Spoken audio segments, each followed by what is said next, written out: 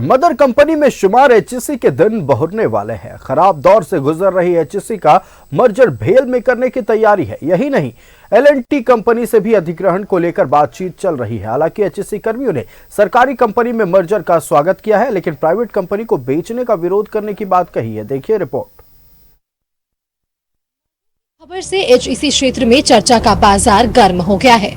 अपने अपनी तरह से इस समाचार का विश्लेषण हो रहा है।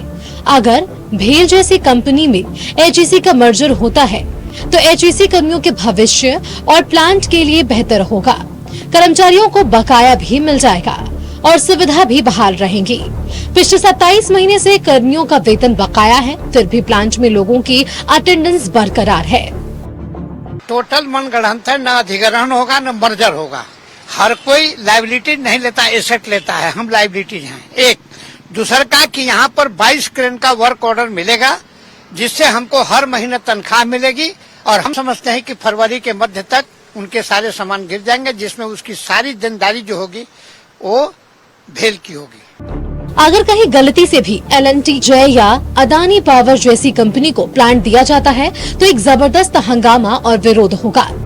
एचईसी के क्वार्टर में जो लोग वैध रूप से रह रहे हैं वह तो शायद बच जाए, क्योंकि वह 90 साल की लीज पर हैं, मगर अवैध रूप से बसे लोगों को हर हालात में उजड़ना पड़ेगा। यूनियन नेता एल&टी के ओनर ने हालिया बयान का हवाला देते हुए कहा है कि वह 90 घंटे काम लेगा, जो मजदूर हितों के खिलाफ है। अभी तो एल&टी का हम लोग सुने, उनके सीईओ का स्टेटमेंट इतना गंदा। देखिए, एल&टी के सीईओ हैं, अच्छी बात है। उनकी सैलरी कितनी है? लगभग 1 करोड़ रुपया।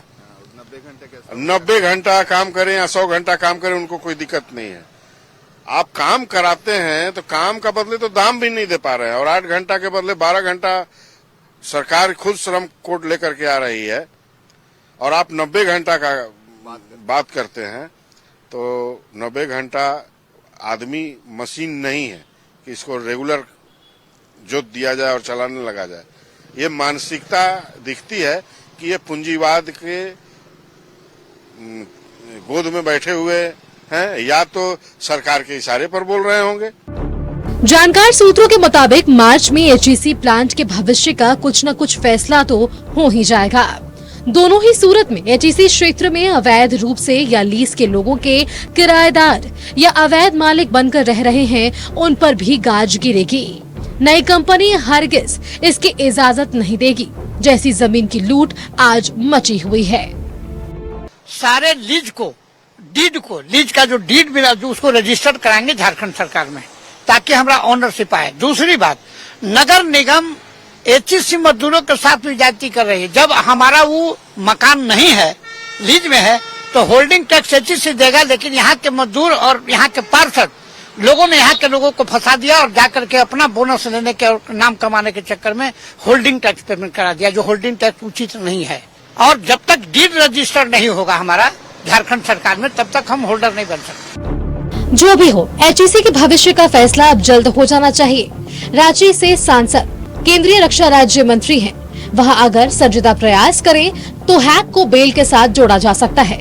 रक्षा मंत्रालय के हेवी इक्विपमेंट यहाँ बने, एक बार फिर एचईसी का गौरव पूर्ण स्थापित हो जाएगा। रांची से न्यूज़ 11 भारत के लिए शाहनवाज अख्तर की रिपोर्ट।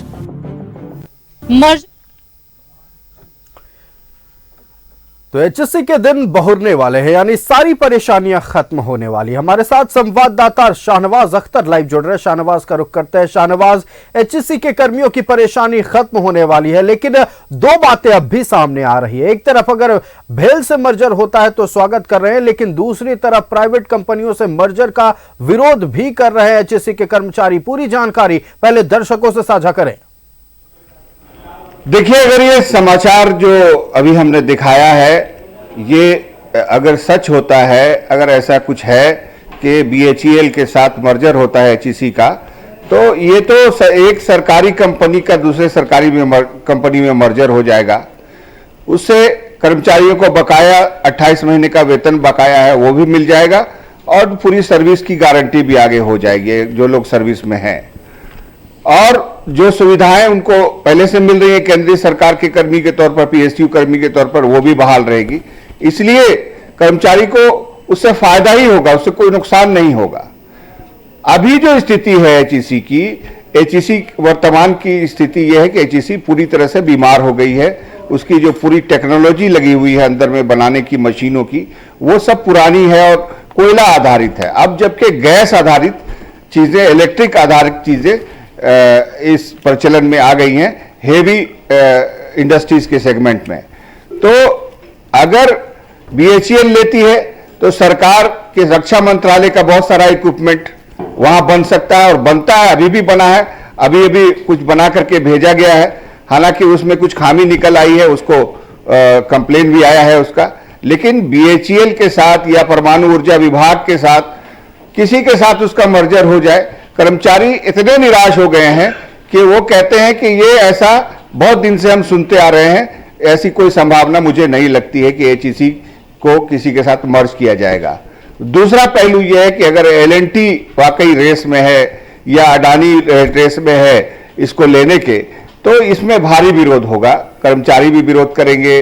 और जो उतने सारे लोग 40,000 लोग 11,000 क्वार्टर में रहते हैं और अवैध रूप से भी बहुत सारे लोग वहां पर रहते हैं, वो तो निजी कंपनी कभी भी बर्दाश्त नहीं करेगी और उसको या तो जितने भी लोग 90 साल की लीज के हैं उनको भले ही राहत मिल जाए, लेकिन जो अनऑथराइज कॉलोनीज बसी हुई हैं विद इन एचईसी कॉलोनीज, वो उनको तो कभी बर्दाश्त नहीं किया जाएगा।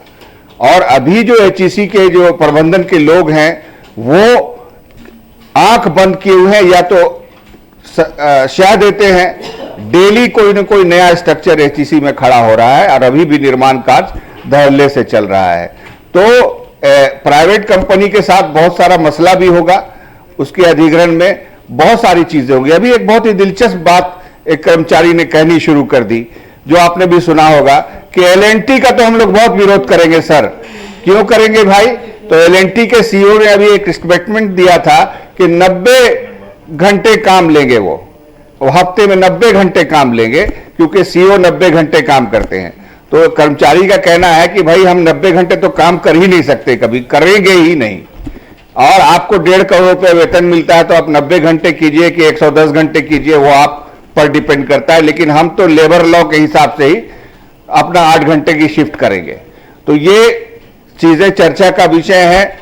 खुशी भी लोगों में है कि चलिए बीएचईएल के साथ मर्जर हो जाए तो बहुत सारी समस्याओं का समाधान हो जाएगा और वाकई एक रिवाइवल हो जाएगा। एचईसी बिकने से या बर्बाद होने से, बंद होने से बच जाएगी।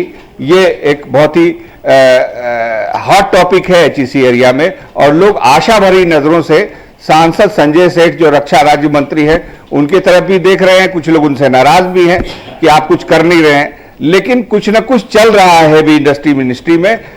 प्रेजेंटेशन भी हुआ है, कई बैठकें भी इसको लेकर के हो चुकी हैं और मुझे लगता है कि मार्च के महीने में कुछ ना कुछ रिजल्ट सामने आ जाएगा। बिल्कुल शाहनवाज, आपका हमारे साथ जुड़ने के लिए और तमाम जानकारी दर्शकों तक पहुंचाने के लिए बहुत बहुत धन्यवाद। तो एचईसी बंद होने से बच जाएगा। एचईसी के कर्मचारियों का जो वेतन भुगतान रुका हुआ है वो भी बहुत जल्द हो जाएगा। इस उम्मीद के साथ अब सरकार की ओर देख रहे हैं तमाम एचईसी के कर्मचारी। लेकिन दूसरी तरफ बात दो तरफा हो रही है। एक तरफ जहां भेल के साथ मर्जर का स्वागत है, दूसरी तरफ एलएनटी के साथ अगर मर्जर होता है तो इसका पुरजोर विरोध भी देखने को मिल सकता है।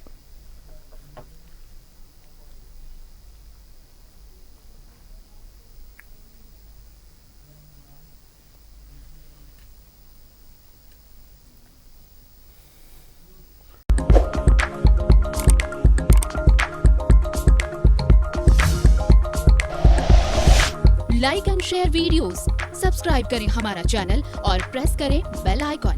न्यूज़ 11 भारत, सच है तो दिखेगा।